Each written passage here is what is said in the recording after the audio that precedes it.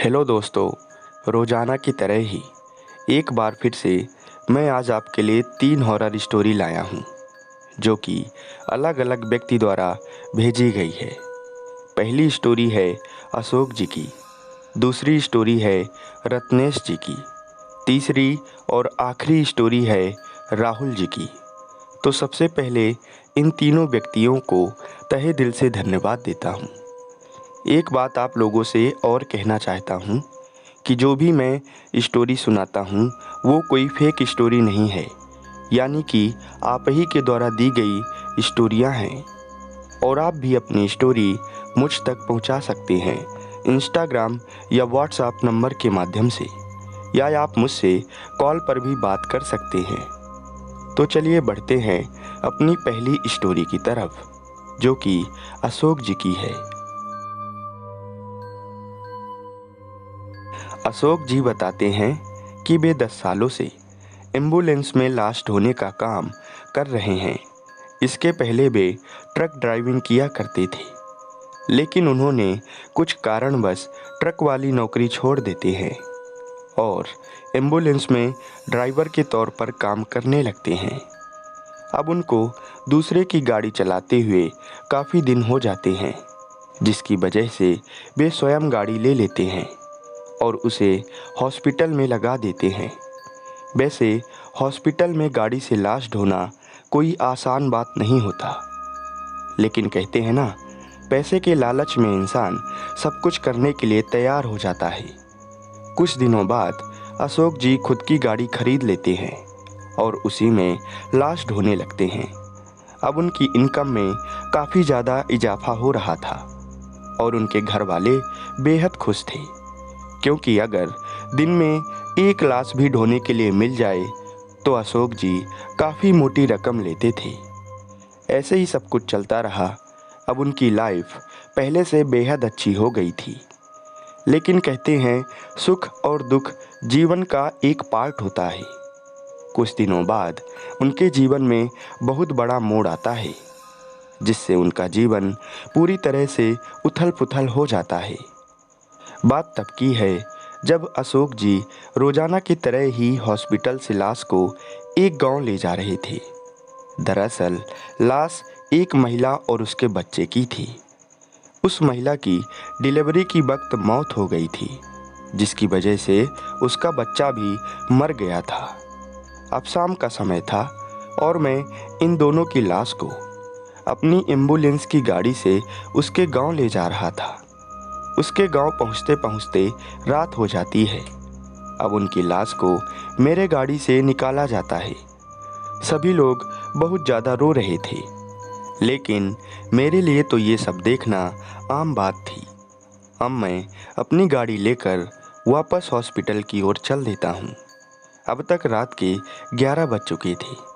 अभी भी रास्ता काफ़ी लंबा था, जिसकी वजह से मैं गाड़ी खड़ी करके एक दुकान पर चाय पीने लगता हूँ।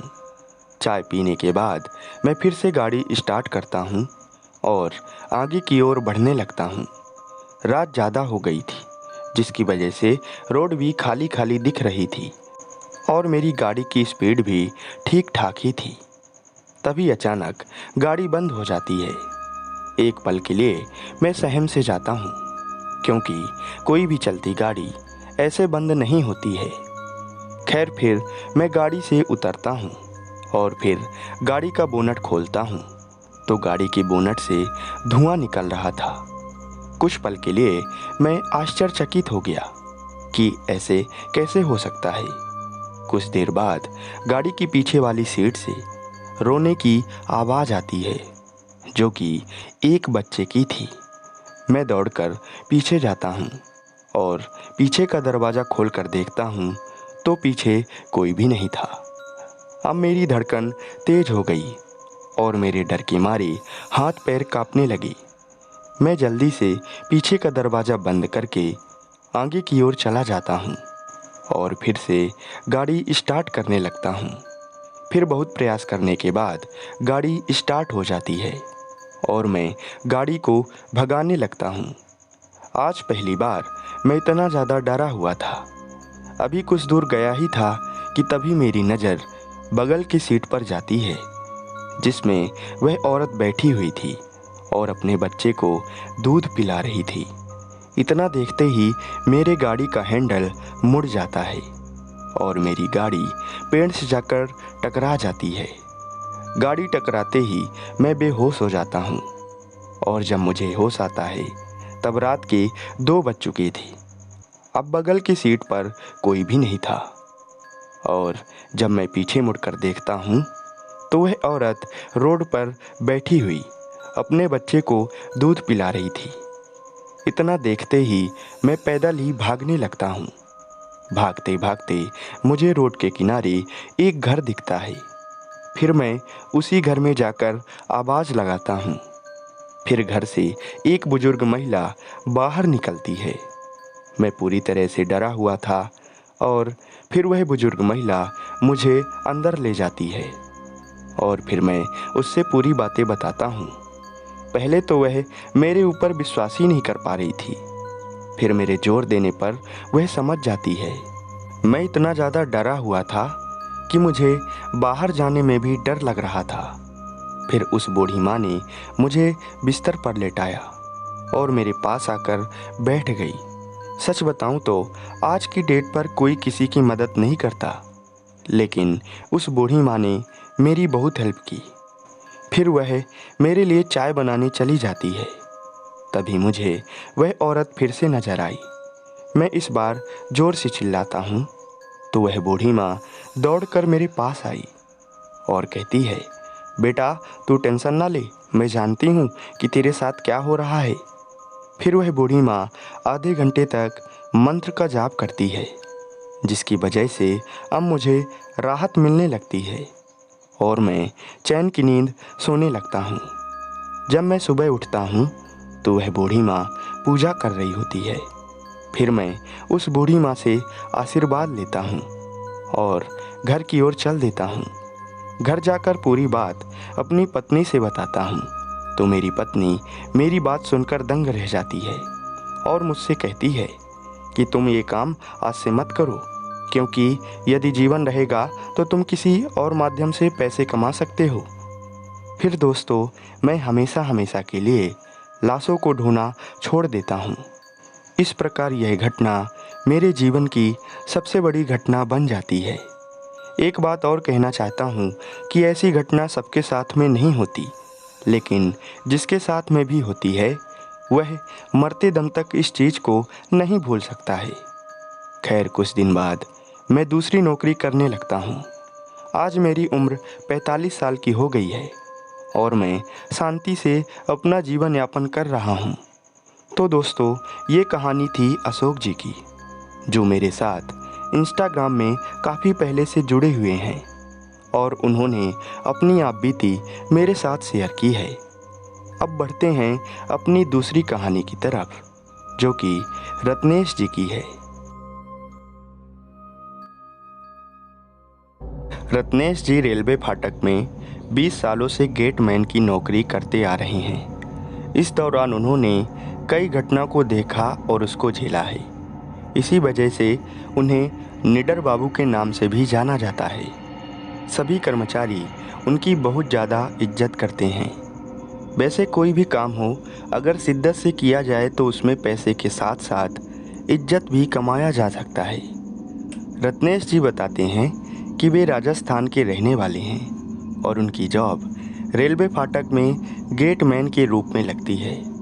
उनकी पोस्टिंग उस जगह पर होती है जहां पर दूर दूर तक कोई भी नज़र नहीं आता। दरअसल उनकी पोस्टिंग सुनसान फाटक पर होती है, जो कि मेन स्टेशन से काफ़ी दूर था। एक दिन की बात है जब उनकी नाइट ड्यूटी थी और वे अपने घर से शाम के 6 बजे निकल जाते हैं। फाटक के बाजू से ही एक छोटी सी चाय की दुकान भी थी, जिसमें रत्नेश जी आकर बैठा करते थे। इन दोनों के बीच में गहरी दोस्ती थी, क्योंकि ये काफ़ी दिनों से एक दूसरे के सहारे रहते थे। लेकिन रात 10 बजे से पहले ही यह दुकान वाला दुकान बंद कर देता था। रोज़ाना की तरह ही थोड़ा सा टाइम मिलने पर रत्नेश जी उसके दुकान पर जाते हैं और उसके दुकान पर जाकर बैठ जाते हैं। रात के करीब 8 बजे थे। फिर दुकान वाला कहता है, पता है रत्नेश जी आज क्या हुआ है? फिर मैं कहता हूँ, नहीं नहीं क्या हुआ है? फिर वह बोलता है, वैसे आपको मैं डरा नहीं रहा हूँ, लेकिन शाम के 4 बजे फाटक से 100 मीटर दूर एक महिला ट्रेन से कट गई है और अपने बच्चे को भी साथ में ली हुई थी। छानबीन करने पर पता चला है कि वह पास की ही गांव की है। इतना सुनकर मैं थोड़ी देर के लिए डर जाता हूँ। फिर मैं कहता हूँ, अरे तो कौन सी बड़ी बात है, ये सब तो चलता ही रहता है। अभी कुछ दिन पहले ही तो एक लड़का ट्रेन से कट गया है। फिर वह दुकानदार कहता है, वैसे आप भूत प्रेत में विश्वास करते हैं? मेरा मतलब आपको भूतों से डर तो नहीं लगता? फिर मैं हंसते हंसते जवाब देता हूँ, अरे आप भी ना, क्या बात कर रहे हैं? भूत प्रेत कुछ नहीं होते, हमारे मन का भ्रम होता है। अगर ऐसा होता तो ट्रैक पर तो रोज ही लोग मर रहे हैं, तो उनकी आत्मा मुझे क्यों नहीं दिखती? फिर वह कहता है, ठीक है भैया, सबके अपने अपने विचार होते हैं। फिर मैं उसके दुकान से अपने ऑफिस आ जाता हूँ। अब रात के 10 बज चुके थे और वह अपनी दुकान बंद करके अपने घर की ओर चला जाता है। अब उसकी बात मेरे दिमाग पर गूंज रही थी, क्योंकि इसके पहले उसने ऐसी बात कभी नहीं करी थी। खैर बार बार फाटक से ट्रेन निकलती और मैं हरी झंडी दिखा देता। अब रात के 1 बज चुके थे, लेकिन उस दुकान वाले की बात मेरे दिमाग में अभी भी गूंज रही थी। तभी अचानक बाहर से नल चलाने की आवाज़ आती है, तो मैं दौड़कर बाहर जाता हूँ, तो वहाँ पर कोई भी नहीं था। अब मेरा डर थोड़ा बढ़ जाता है, लेकिन मैंने साहस का परिचय दिया और फिर से ऑफिस की ओर जाने लगा। तभी मेरी नज़र ट्रैक पर जाती है, तो मैंने क्या देखा कि एक महिला अपने बच्चे को गोद में लिए हुए ट्रैक से मेरी ओर आ रही थी। तभी उसके पीछे से ट्रेन भी आने लगती है। मैं उसे ज़ोर ज़ोर से चिल्ला रहा था कि वह ट्रैक से दूर चली जाए, लेकिन वह औरत मेरी बातों को नज़रअंदाज कर रही थी। तभी उसके ऊपर से ट्रेन निकल जाती है। जब ट्रेन निकल जाती है तो मैं दौड़कर उसके पास जाता हूँ, तो वहाँ पर कोई भी नहीं था। मैं अब पूरी तरह से डर जाता हूँ और मेरे सिर से पसीना गिरने लगता है। फिर मैं दौड़कर अपने ऑफिस की ओर आ जाता हूँ और ऑफिस के अंदर आकर दरवाज़ा बंद कर लेता हूँ। चारों तरफ कुत्तों की रोने की आवाज़ आ रही थी और मेरा शरीर कांप रहा था। तभी बाहर से दरवाज़ा खटखटाने की आवाज़ आती है और मैं ज़ोर ज़ोर से रोने लगता हूँ। अब मैं समझ गया था कि यह और कोई नहीं बल्कि वही औरत है जो 4 बजे शाम को ट्रेन से कट गई है। तभी वह बाहर से आवाज़ लगाती है, मुझे बचा लो, मुझे बचा लो, ये लोग मार डालेंगे। पर मैं कैसे विश्वास करता?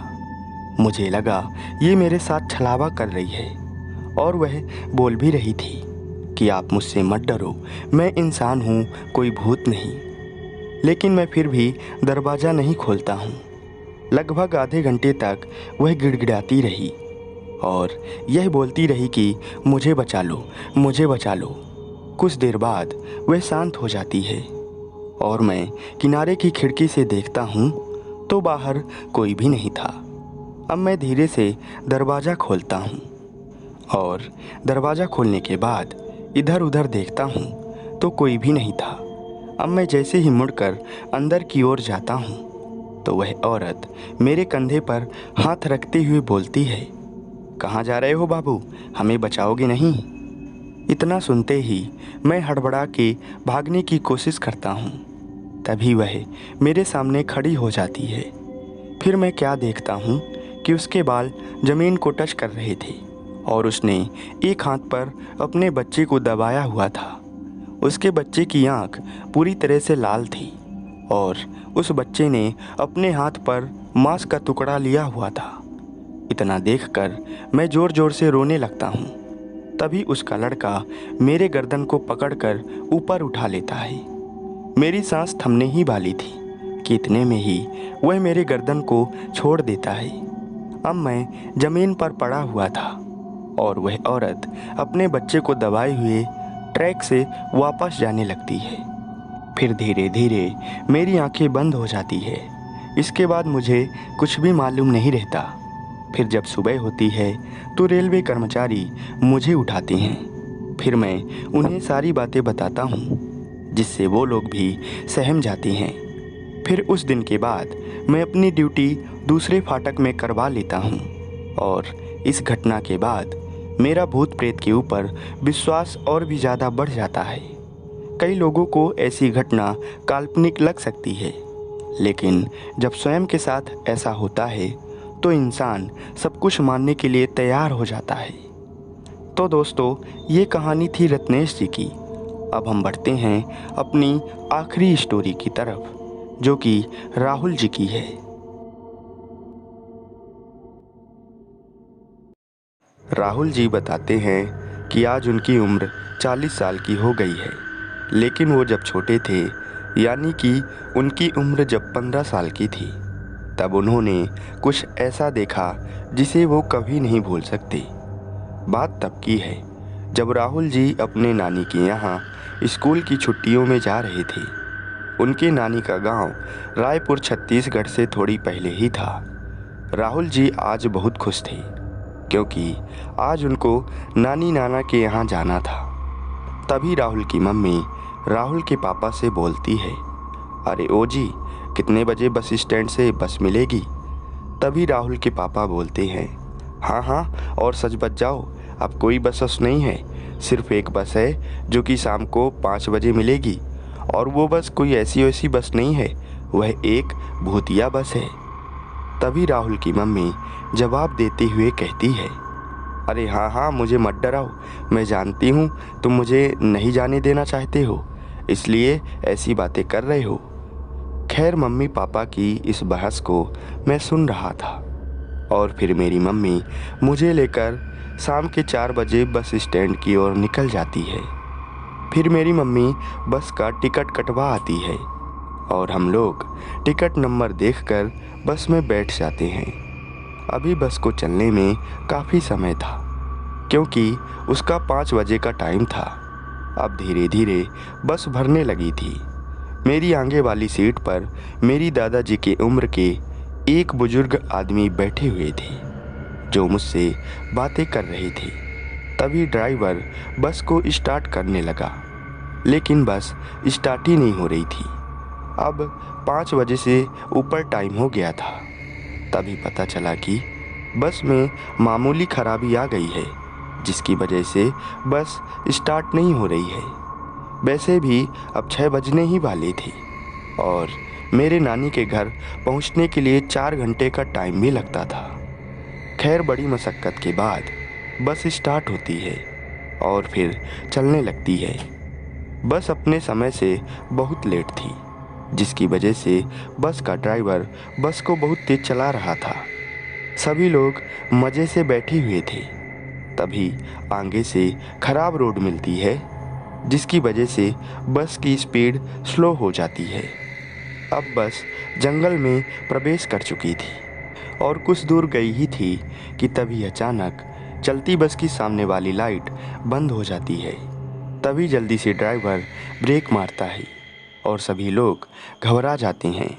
फिर जल्दी से कंडक्टर नीचे उतरकर बस को चेक करता है तो लाइट की तार छूटी हुई थी। वह आश्चर्यचकित हो जाता है कि ऐसे लाइट की तार कैसे छूट सकती है। खैर, फिर वह फिर तार को जोड़ देता है और फिर बस को दोबारा स्टार्ट किया जाता है और बस चलने लगती है। तभी कुछ देर बाद एक बूढ़ी माँ ज़ोर ज़ोर से रोने लगती है। उसके रोने की आवाज़ बहुत ही डरावनी थी।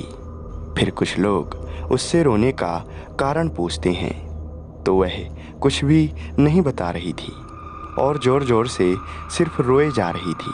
मुझे आज पहली बार इतना ज़्यादा डर लग रहा था। तभी वह ज़ोर से चिल्लाती है, कोई नहीं बचेगा, कोई नहीं बचेगा। उसने जैसे ही ऐसे कहा, कंडक्टर उस बूढ़ी माँ को डांटने लगता है और कहता है, अरे ओ बुढ़िया, सट्टी आ गई है क्या? कैसे चिल्ला रही है? फिर वह बूढ़ी माँ शांत हो जाती है। गर्मी का मौसम था और हवा भी ज़ोर ज़ोर से चल रही थी। तभी बस के अंदर की लाइट बंद हो गई। सभी ने सोचा कि ड्राइवर ने बस की लाइट बंद कर दिया होगा। तभी एक भैया ने ड्राइवर को आवाज़ लगाया, अरे क्या मजाक चल रहा है, अंदर की लाइट क्यों बंद कर दिए? फिर उसने कहा, अरे नहीं भैया, मैंने नहीं बंद किया। अब सभी लोग डर जाते हैं और कंडक्टर भी कहीं न कहीं डरा सा महसूस कर रहा था। कुछ देर बाद बस की खिड़की टूटती नजर आई तो सभी लोग सीट से उठकर बीच में आ जाते हैं। तभी फिर से वह बूढ़ी माँ रोने लगती है और कहती है, मैंने तो पहले ही कहा था कोई नहीं बचेगा, सब मारे जाएंगे। इतने में ही सामने वाली सीट पर जो भैया बैठे हुए थे वह अजीब हरकत करने लगते हैं। उनकी आवाज़ बदली बदली से लग रही थी और उनकी आंखें पूरी तरह से लाल हो गई थी। उनको देखकर सभी लोग पीछे की ओर भागने लगते हैं। उन्हें देखकर ऐसा लग रहा था जैसे उनके ऊपर किसी का साया हो। तभी वह एक बच्चे की उंगली को काटने के लिए दौड़ते हैं और उसकी उंगली को काट भी देते हैं। फिर वह बच्चा ज़ोर ज़ोर से रोने लगता है। तभी आगे वाली सीट से कई लोग ऐसी हरकत करने लगते हैं। अब तो उनकी संख्या भी बढ़ जाती है। तभी बस का ड्राइवर बस को रोककर भाग जाता है। अब मैं समझ जाता हूँ कि उनके ऊपर किसी बुरी आत्मा का वास हो गया है। तभी कुछ लोग पीछे के गेट से भाग जाते हैं। मेरी मम्मी मेरा हाथ पकड़ी हुई थी। मैं तभी रोने लगता हूँ और जैसे ही वे बुरी आत्माएं मेरी ओर बढ़ने लगती हैं, तभी सामने से वही दादाजी आ जाते हैं जो मेरी सामने वाली सीट पर बैठे हुए थे और उन आत्माओं को तुलसी का माला दिखाने लगते हैं, जिससे वो आत्माएं वहीं रुक जाती है। अब मैं और मेरी मम्मी पीछे वाले गेट से धीरे धीरे नीचे उतरने लगते हैं और इतने में ही वह दादाजी भी नीचे उतर आते हैं। फिर मैं सोचने लगता हूँ कि काश ये मेरे लिए सपना होता, लेकिन सच तो यही था कि आज मैं और मेरी मम्मी फंस गए थे। खैर, अब हम सभी लोग बस को छोड़कर भागने लगते हैं। कुछ दूर भागने के बाद रोड के किनारे एक छोटी सी झोपड़ी बनी हुई दिखी, जिसमें हम लोग घुस जाते हैं और पीछे से दादाजी भी आ जाते हैं। हम लोग इतना ज़्यादा डरे हुए थे कि हम लोग कुछ बोल ही नहीं पा रहे थे। फिर मेरी मम्मी जल्दी से घर में फ़ोन लगाती है और पूरी बात पापा से बता देती है। अब हम सभी लोगों को डर भी लग रहा था कि कहीं वो आत्मा फिर से ना आ जाए। तभी कुछ देर बाद ज़ोर ज़ोर से बारिश होने लगती है। गर्मी का मौसम था और जीव जंतुओं का भी डर लग रहा था। तभी दादाजी कहते हैं, आप लोग मत डरो, वो आत्माएं हमारा कुछ नहीं बिगाड़ पाएंगी। वैसे आप लोगों को जाना कहाँ था? फिर मेरी मम्मी कहती है, जाना तो रामपुर था, लेकिन मैंने कभी सोचा नहीं था कि ऐसा हादसा होगा। फिर वे दादाजी कहते हैं, अरे कोई बात नहीं, जो होना होता है वो होता ही है। फिर दादाजी तुलसी की माला को झोपड़ी के सामने लटका देते हैं और फिर सब कुछ अच्छा होने लगता है। सुबह होते ही मेरे पापा बाइक लेकर आ जाते हैं। फिर मैं पापा से दादाजी के बारे में पूरी बातें बताता हूँ कि अगर ये नहीं होते तो शायद आज हम नहीं बचते। फिर मेरे पापा दादाजी को प्रणाम करते हैं और वहाँ से घर की ओर चल देते हैं। घर पहुंचकर मेरे पापा मम्मी को बहुत डांटते हैं क्योंकि उनको उस बस के बारे में सब पता था। दरअसल वह बस एक भूतिया बस थी, क्योंकि उस बस का कई बार एक्सीडेंट हो चुका था, लेकिन बस का मालिक हर बार की तरह ही उसकी मरम्मत करवा के रोड में चलवाने लगता था। ऐसा नहीं है कि ऐसी घटना इस बस के साथ में पहली बार हुई हो, इसके पहले भी ऐसा हो चुका था। जिस भी व्यक्ति को इस बस के बारे में पता रहता वह इस बस में नहीं चढ़ता था और रात होते ही इस बस के साथ विचित्र घटना होने लगती है।